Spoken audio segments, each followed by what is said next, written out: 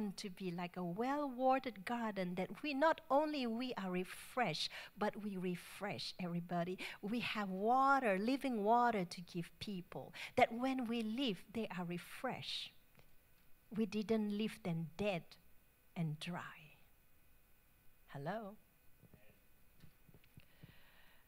Verse 12. And your ancient ruins shall be rebuilt. You shall raise up foundations of buildings that have laid waste for many generations, and you shall be called repairer of the breach, restorer of streets to dwell in. So my question is, are we building foundations for our generations? What kind of foundations are we giving to our generation or the generation below us, after us? What kind of foundation?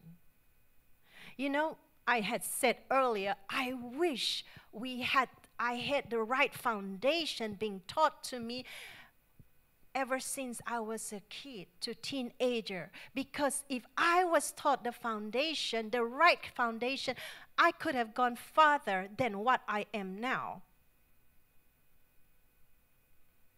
You get that? You see, our foundation is nothing to do of being loud and, I observe a lot. I have this character. I observe a lot. I am quiet in many ways because I'm observing. I'm learning. I'm gleaning. Whatever people are saying, I'm listening. If I get something that touch my spirit, I lay a hold of it, and I want it to be sealed in my spirit and transform me. That's me. And so I have been observing so many things that are going on. And I see so many things like, preachers that are, they can get you so excited.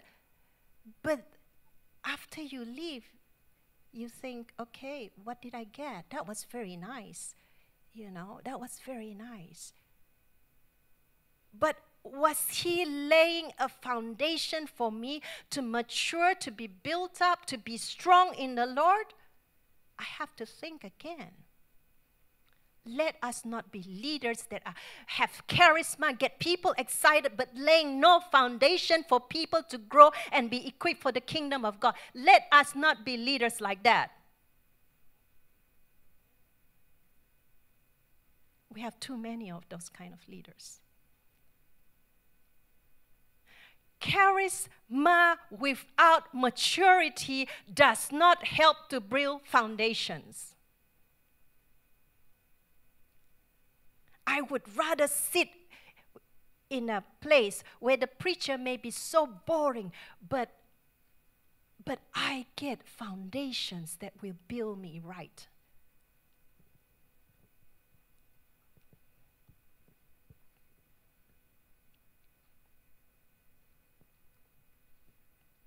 Next question I want to ask you from the same verse. Are you a repairer of the breach and restorer? What kind of a believer are you? Do you come into a place and you make things worse because of your own ideas, because of your own strong opinions? Even if you are right, if you did not do it out of love, if you do not walk in love, it destroys.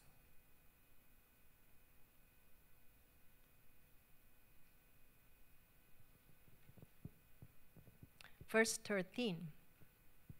If you turn away your foot from traveling unduly on the Sabbath, from doing your own pleasure on my holy day, and call the Sabbath a spiritual delight, the holy day of the Lord honorable, and honor him and eat, not going on your way, or seeking or finding your own pleasure, or speaking with your own idle words.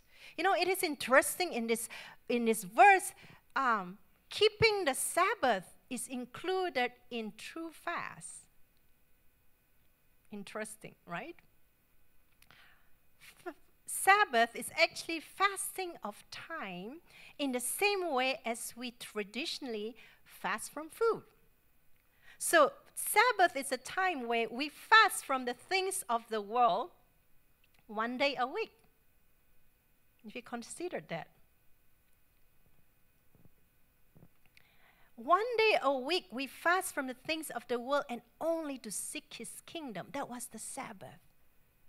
And they are told to abstain from food and doing things that are pleasurable on a Sabbath. Why pleasurable? If earlier on we had discussed that fasting, true fast, has to be the affliction of the soul. So if something is pleasurable, it's not affliction for the soul. So here, after considering this, many of us have to readjust our thinking about what Sabbath is. Sabbath, you know, our Sabbath is Sunday. Some people choose Saturday. Okay, we had Sunday worship, okay? And so we had a wonderful time in service, in the presence of the Lord, and we leave the church. We think we have already remembered the Sabbath and made it holy. And the rest of the day belongs to us. Let's think again.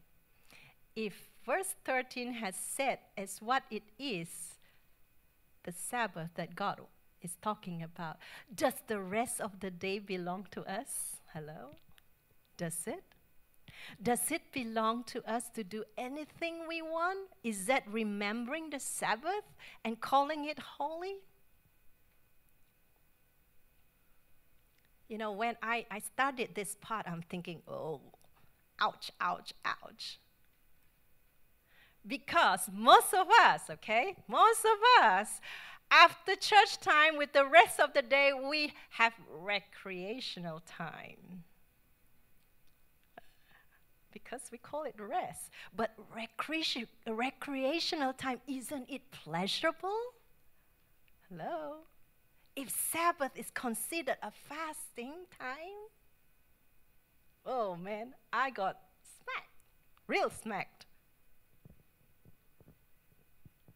Because Sunday, I try to catch up on chores. How many of us are catching up on chores? I don't know, homework, assignment? Is this the Sabbath? You know, yesterday, usually I do my ironing on Sunday. But yesterday I said, God, I'm going to preach this today. I better do it right. So I did all my ironing yesterday. I did all my chores yesterday. Today I'm going to make sure I keep this day as a Sabbath, a fast for the Lord. I have to apply it to myself. So we have to rethink what we are doing. I don't know about catching up on sleep, though, but, you know, God hasn't told me yet. I know some of you catch up on sleep. Maybe it's rest. I don't know. But, well, let's see what the Lord say to you guys. Verse 14. Then will you delight yourself in the Lord, and I will make you ride on high places on the earth, and I will feed you with the heritage promised for you of Jacob, your father, for the mouth of the Lord has spoken it. So God will bless us, and He will take us to high places. Now, high places does not necessarily mean a place of exaltation. It means also that